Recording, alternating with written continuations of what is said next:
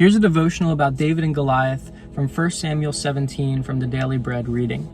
David said to Saul, "Let no one lose heart on account of this Philistine. Your servant will go and fight him." Then he took his staff in his hand, chose 5 smooth stones from the stream, and put them in the pouch of his shepherd's bag, and with a sling in his hand, approached the Philistine.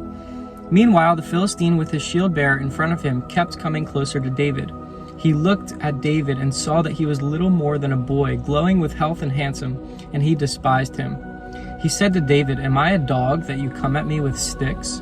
And the Philistine cursed David by his gods. "Come here," he said, "and I'll give your flesh to the birds and wild animals." And David said to the Philistine, "You come against me with a sword and a spear and a javelin, but I come against you in the name of the Lord Almighty, the God of the armies of Israel, whom you have defied. This day the Lord will deliver you into my hands, and I'll strike you down and cut off your head.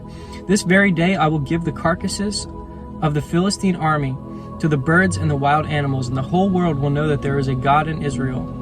And all those gathered there will know that it is not by the sword or the spear that the Lord saves, for the battle is the Lord's, and he will give all of you into our hands." And here's the insight. Geography expert Jack Beck describes the general area where the encounter between David and Goliath took place. Imagine it as running through 3 vertical lines. The area farthest to the east is the mountains where the Israelites lived. The one farthest to the west is where the Philistines live on the coastal plain along the Mediterranean Sea. Between them is a set of ridges and valleys called the Shephelah, creating a corridor between them. As the Philistines moved through the foothills towards the mountains, it is likely that they did so in order to take over the trade routes on the east side of the Jordan River Valley. This will give them access to every village in the Israelite stronghold. Amen.